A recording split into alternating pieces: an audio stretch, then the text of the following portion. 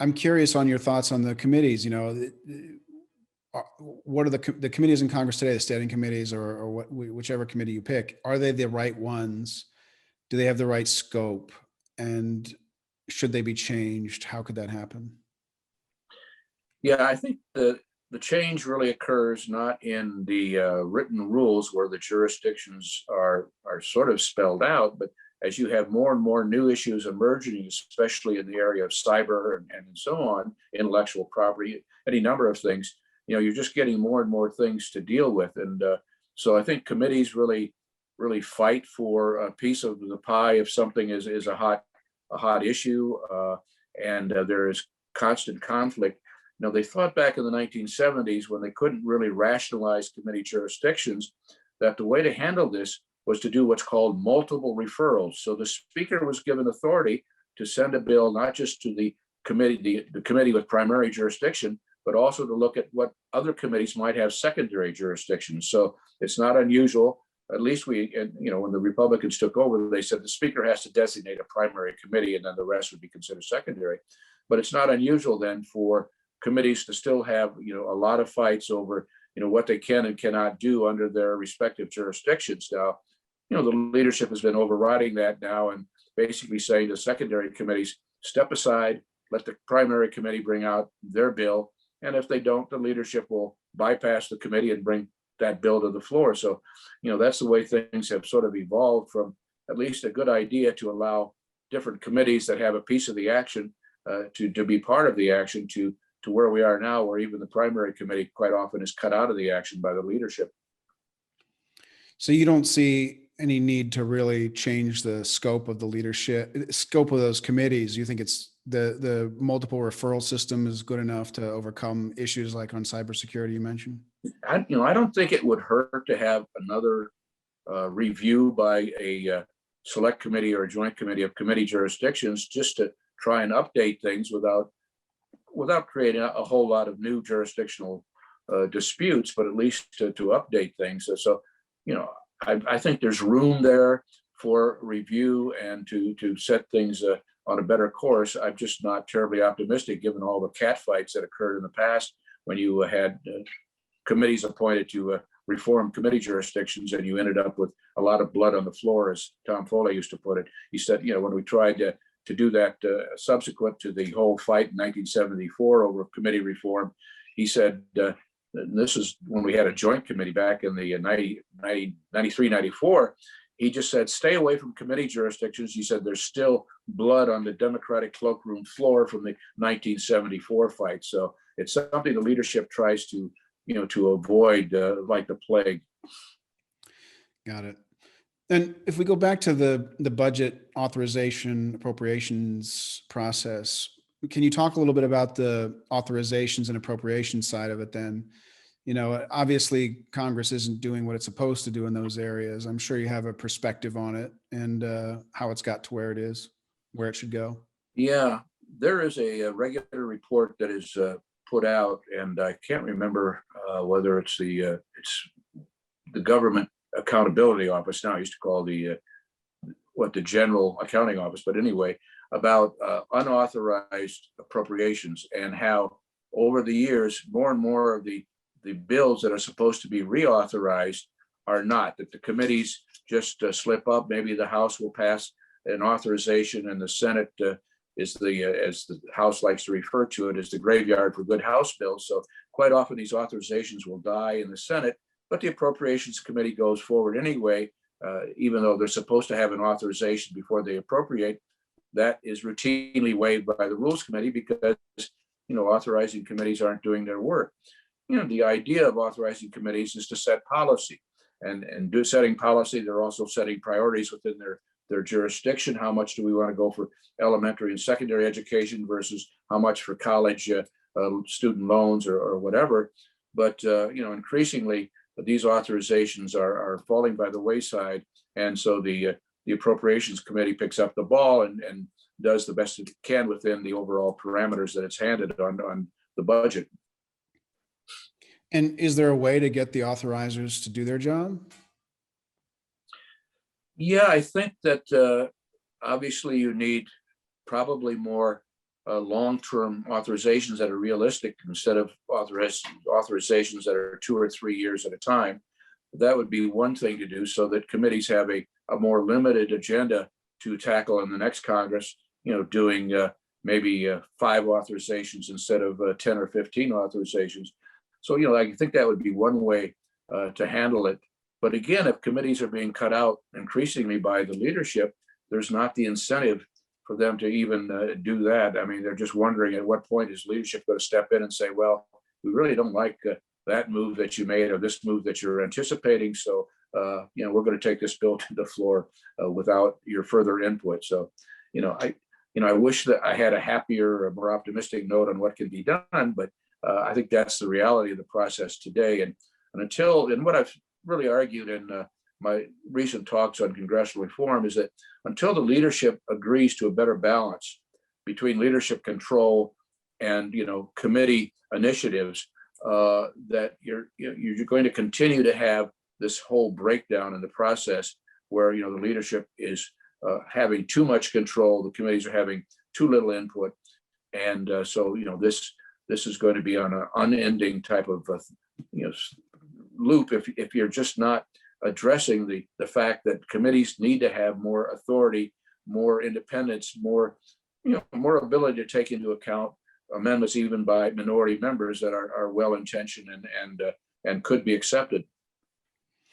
That brings up a little bit of this notion of transparency, because I have a pet theory, I guess, that power will migrate towards the place that is least transparent, right?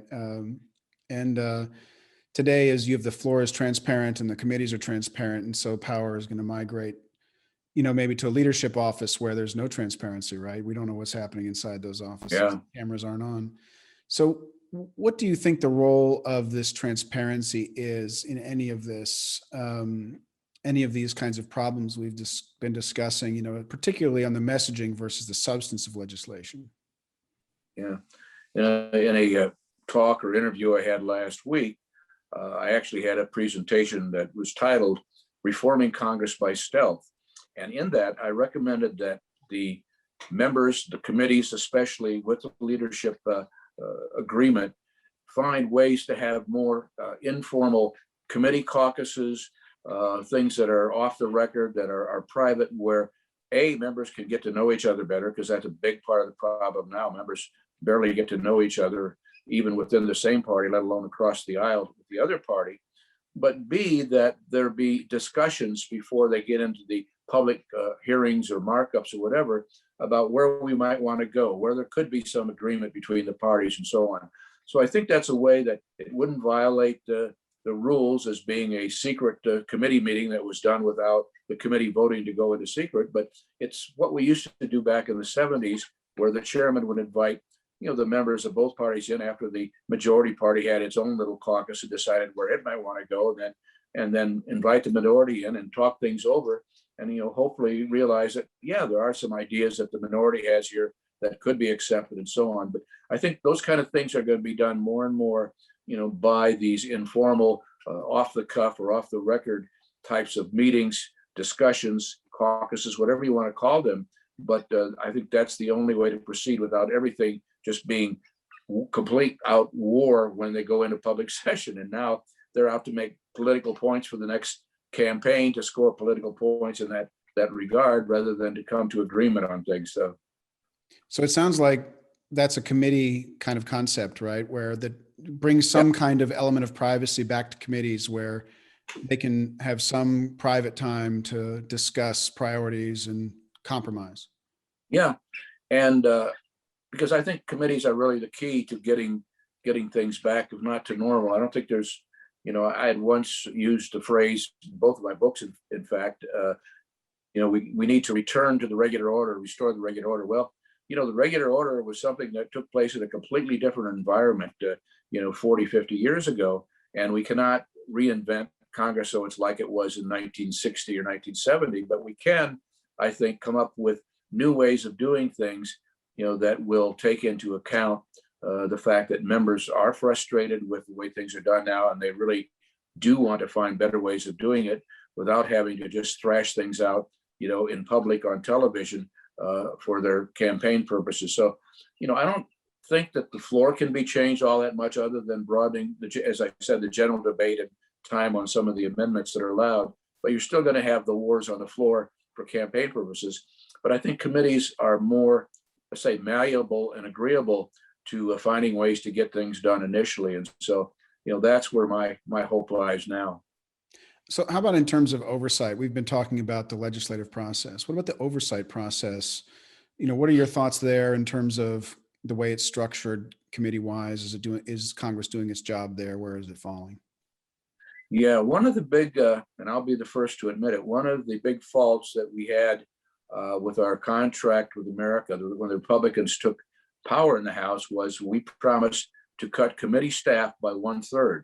And most of those people that we cut, yes, there was some dead wood in there. The majority had a much higher number than 2/3. It's supposed to be 1/3 minority, 2/3 majority. But in any event, yes, we cut some dead wood, but we also cut out the staff that were doing the nitty-gritty oversight of the executive branch, where they were going down, interviewing people in the executive agencies, taking phone calls and having communication on a regular basis to find out what was working and what wasn't working at the executive level.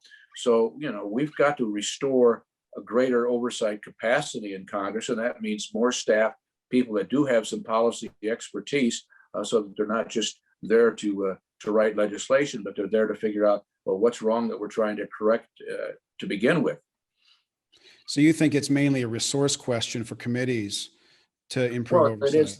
It is that, but it's also a problem with the executive branch. If you have a Democratic president and a Democratic Congress, as we do now, then the Congress is going to be less activist in doing oversight and doing things that would embarrass that Democratic president. Same was true when we had a Republican president and a Republican Congress, is that they tend to dampen down any real oversight efforts that might embarrass the administration. So that's something that you have to deal with. And, I'm not sure how you deal with it other than the minority calling things to the attention of the media, where there really does need to be some oversight if a problem has become so obvious that you're getting negative stories on it in the press, but Congress is not lifting a finger to do anything about it. Right. Great. Well, why don't we move on to what we call the lightning round of questions that I ask everybody who comes on the program, and so that later on we can compare the answers among the various scholars and practitioners. So if you're ready, we'll move on to those questions. Okay. The first one is, what do you think congressional representation should mean? Well, I think it means basically 3 or 4 things, but members want to represent their districts and their constituencies in the best manner possible. So that involves, a lot of staff work, casework, communications, a lot of town hall meetings, and so on. Representation is a major role for members. But I think you're asking a broader question about what does it mean to be a representative and what are your roles? Secondly, are the committee responsibilities that you have, and those should be taken very seriously, and members should be dedicated to their committees and develop expertise and get the proper training that they need. And so there needs to be more training there. Third is the oversight that we've already mentioned, and that is that members need to have training in how to do good oversight, because it's just not something that you walk into willy-nilly and you just pick it up. And no, you need training. So we do have people that can do that kind of training, and that is needed too. Fourth, obviously, the role of being representatives is to get reelected, and they're focusing mainly on that. So I don't have any ideas there other than the fact that members should not be expected to spend 3 hours of every day going across the street and dialing for dollars from their fundraisers in order to both help the party coffers and their own coffers for reelection. I mean, that is a tremendous drag on members' time when they're here in Washington. If we go back to the first part of your answer, which is on the constituent side, there's this concept that, members reflect the views of their constituents versus they make their own judgments about what's in their constituents' best interest. Where do you come down on that question?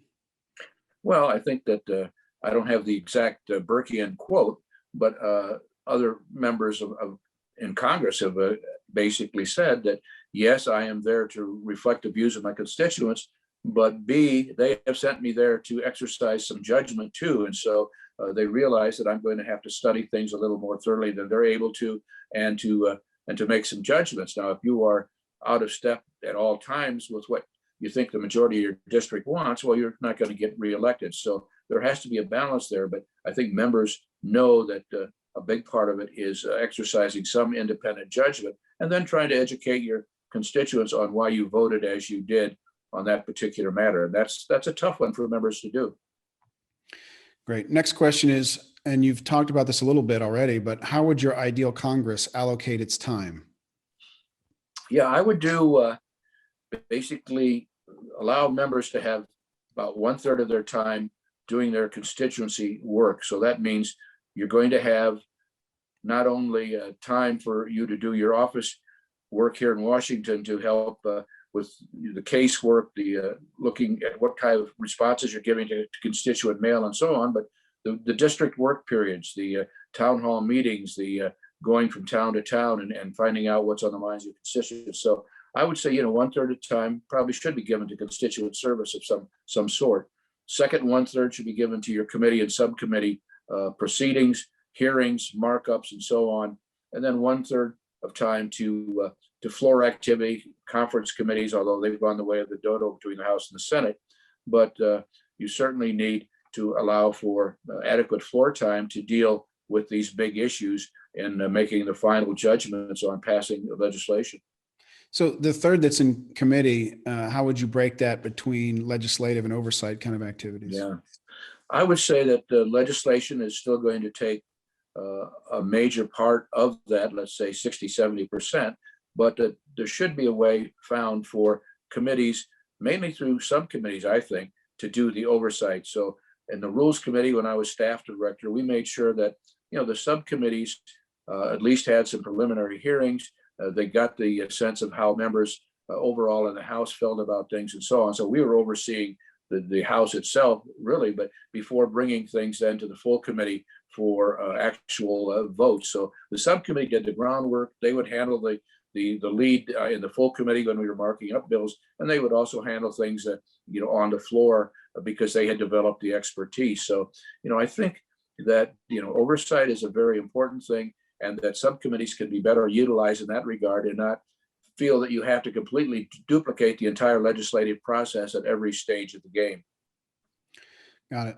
Next one is, and we've talked about this already as well, but I'd like to hear, sort of another view at it, which is how should debate, deliberation, or dialogue occur or be structured in Congress? Are you talking about the full chamber or? Well, I mean, no, it would be any way you see fit, whether it's, should it be in the committee? Should it be on the floor? Should it be, people stating their positions, or should they be cloistered together, in smoke-filled rooms, talking about how to convince each other to vote for a bill?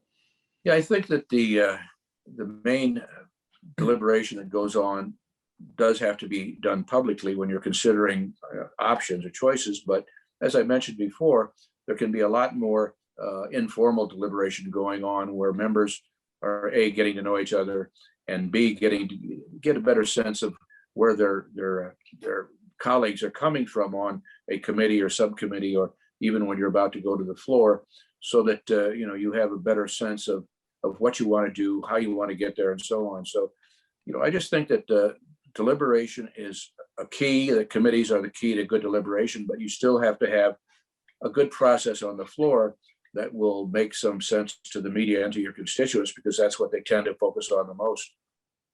Got it. So a lot of that sort of more intimate, maybe private discussion in committees, and then more of public facing, more what you would call classic debate on the floor. Right. Exactly. Great. Next one is, what fundamental institutional improvement should Congress make within 50 years? Yeah, I'm not sure that I could say 50 years, but it took us 50 years to evolve from a culture of legislating to a culture of campaigning. So it may take us another 5 decades to gradually evolve into something, a little more thoughtful and that will begin to build up public confidence in Congress once again. But one of the things that the Select Committee on Modernization of Congress has recommended that is a good start is that when the new members of Congress arrive, the freshman members just elected for the first time, they should have bipartisan meetings between the parties before what happens now, where they get herded off into their separate buses, Republicans in one bus, Democrats in another, go off to their separate caucuses and spend the next 2 or 3 days in indoctrination.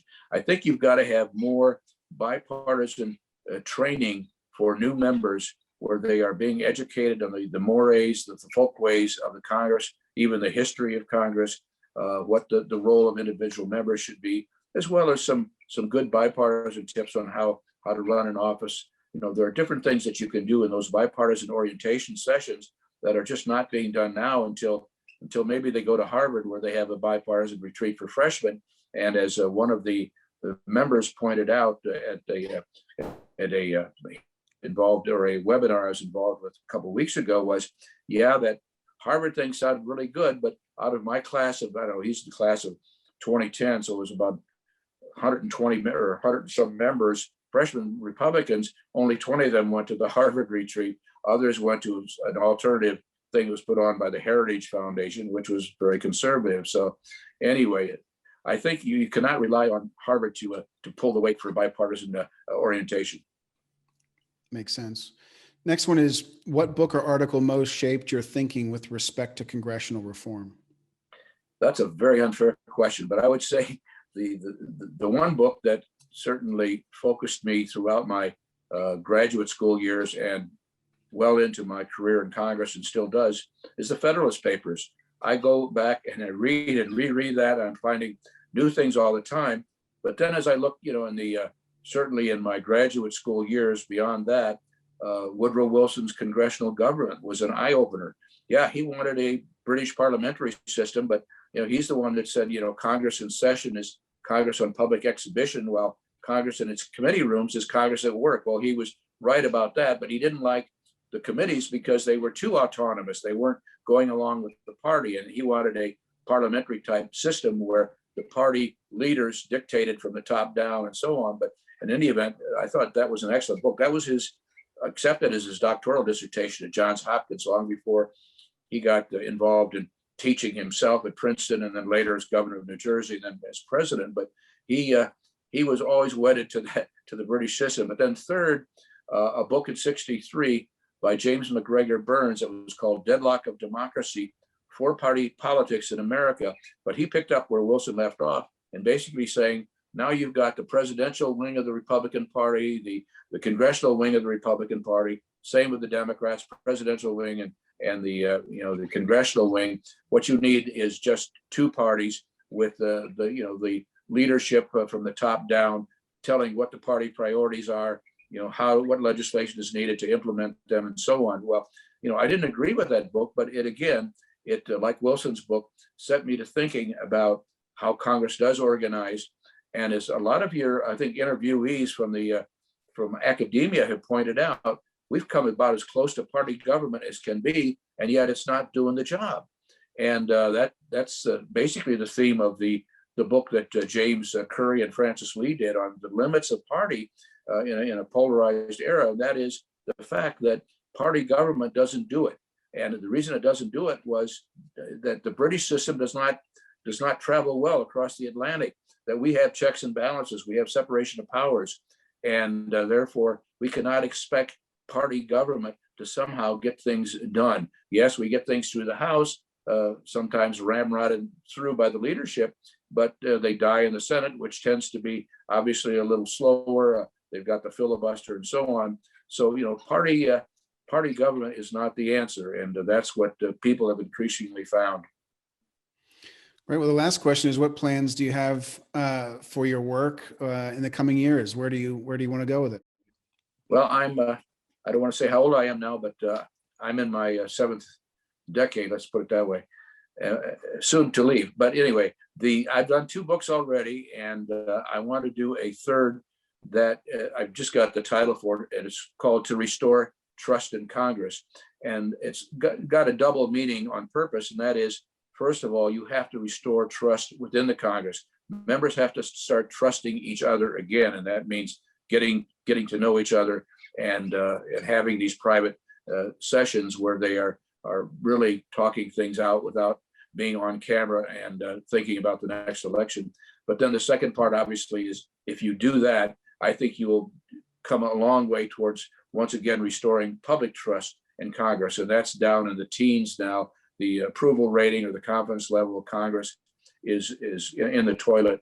And you're not going to get that back until the people see, I think, Congress just working better together to get things done for the people instead of just focusing on the next election.